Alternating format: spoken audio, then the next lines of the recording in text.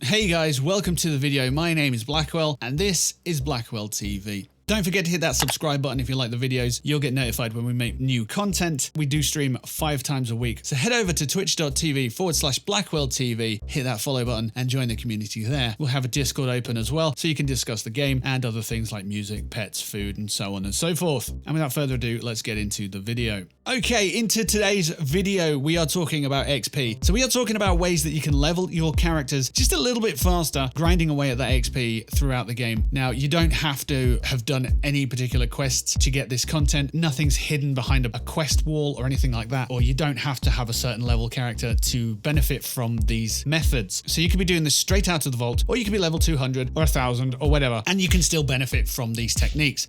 Okay, let's get straight into it. The first one is Cranberry Relish. Now, Cranberry Relish, you will need a recipe for this to start out with, and to get the recipe for that, you'll need to head to the White Springs vendor. Now, you can obviously get recipes elsewhere. You can get them from player vendors or drops or whatnot, but this is the most tacked on way to get this recipe. So if you go to the White Springs vendor, you need to go to Le Grand Gourmet and find Antoine. He will be the person, he's a robot, who can sell you the recipe for 125 caps or less based on the perks that you've got. Now, we've got some suggestions for perks here. We've got 6 perk cards for you to use when you are crafting and finding Cranberry Relish ingredients. So do take a look at those. We're going to leave that on screen for you for a moment here.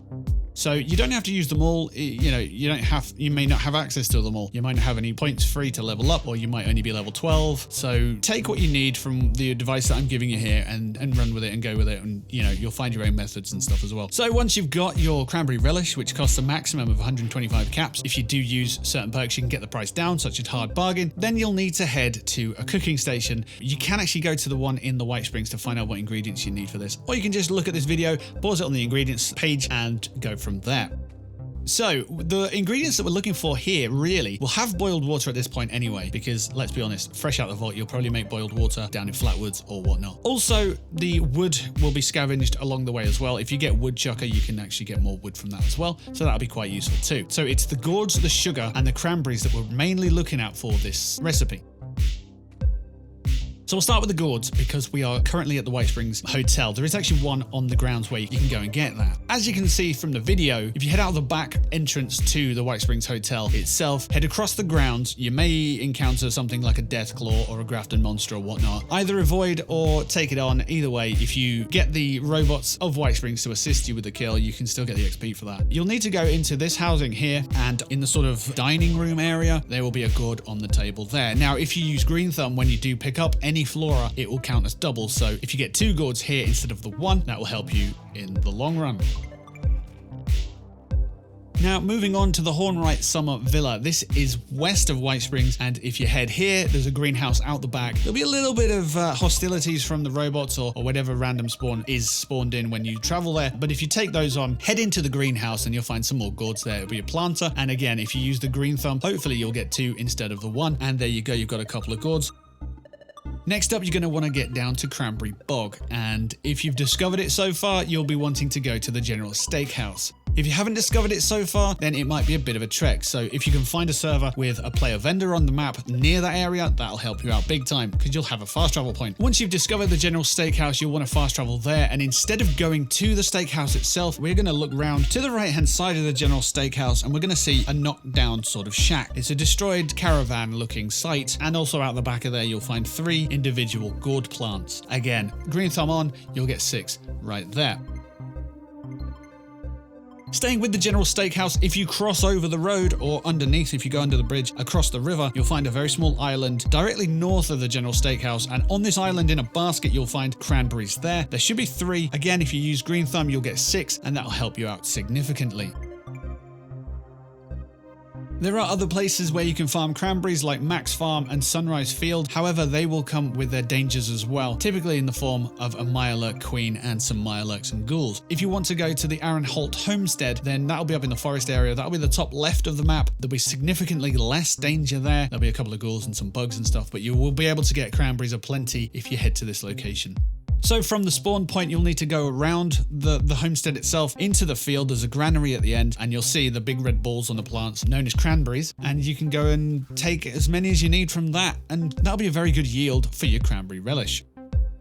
So we've got gourds, we've got cranberries, we are still looking for sugar. So we're going to fast travel over to the west of the map to a place called Hillfolk Hot Dogs. From here, we're going to follow the riverbank north, and we're going to take as many snaptail reeds as we can from this location. We're going to head straight up the river. We're not going to go into the tributary at all. We're going to go straight up the main river, and if we go north enough, we will actually come across a cooking station here where we can make the boiled water if we don't have that already, and we can make the sugar as well. Obviously, if you don't have any boiled water at this point, there is a river here, so you can get your supplies from there, use the wood and cook that up into boiled water. At this point, you should have boiled water, sugar, cranberries, gourds, and wood. All 5 ingredients to make cranberry relish. At this point, if you want to put super duper on as a perk card, that'll help you produce double the amount on occasion. Now, it's not going to happen every time, but there is a chance that you will craft double.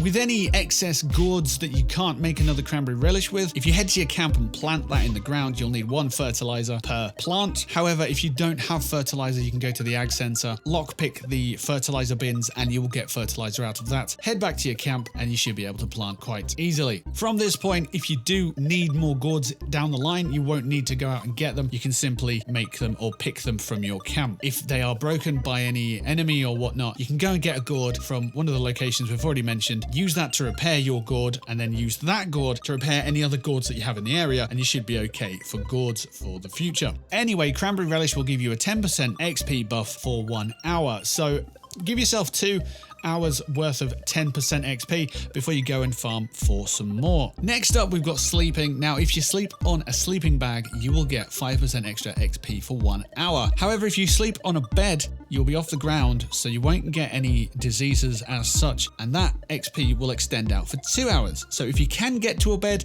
use a bed, but if you're forced to use a sleeping bag, that will still give you that 1 hour of 5% extra XP. Now, the sleeping does stack with the cranberry relish, so that will give you a 15% buff of your XP for 1 or 2 hours, depending on what you're using.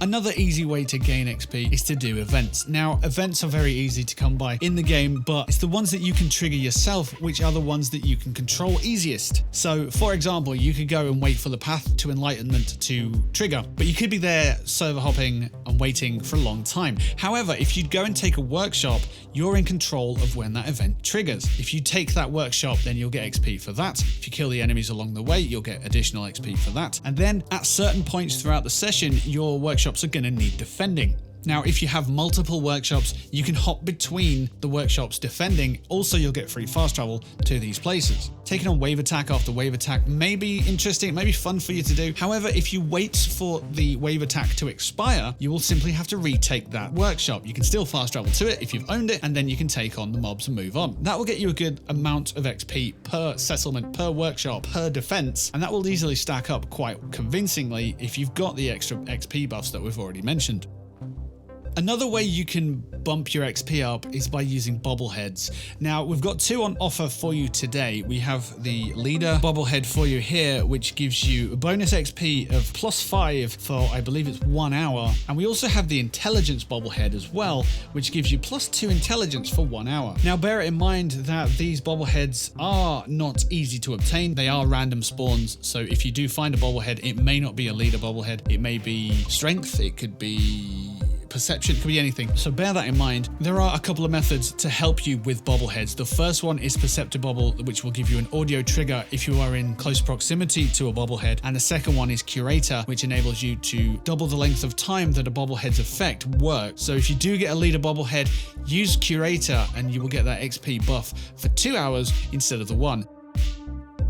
Essentially, Fallout 76 follows the same methods that Fallout 4 has. The higher your intelligence, the more XP you will gain, regardless of any buffs in the game. In addition to this, there are, like I've mentioned, Path to Enlightenment that can help you get some extra XP. However, it's quite rare that that event triggers. Other things I failed to mention because of how difficult they may be to obtain for especially low-level players. Path to Enlightenment is an event that rarely triggers. Egghead is a mutation that will give you +6 intelligence, which will help obviously with your XP, but you can quite easily lose that if you don't have starch genes. It also diminishes your strength and endurance. There are other ways to get gourds as well. You can go to Rally Clay's bunker. However, that will be quest locked, so you can't just go out the vault straight away and head to Rally Clay's bunker. Head inside there and get some gourds. So that's why I left that out of the description and the explanation of Cranberry Relish as well. Anyway, that's it from me today. Take care of yourselves. I hope you enjoyed the video. If you did, by all means, don't forget to leave me a thumbs up. Hit that subscribe button if you want to be subscribed to more content from Blackwell TV. You can head over to our Twitch channel. We stream 5 days a week. If you want to get involved with the community, head over there and drop a follow. And yeah, take care of yourself. Peace and love to you and yours, and I will catch you on the next video.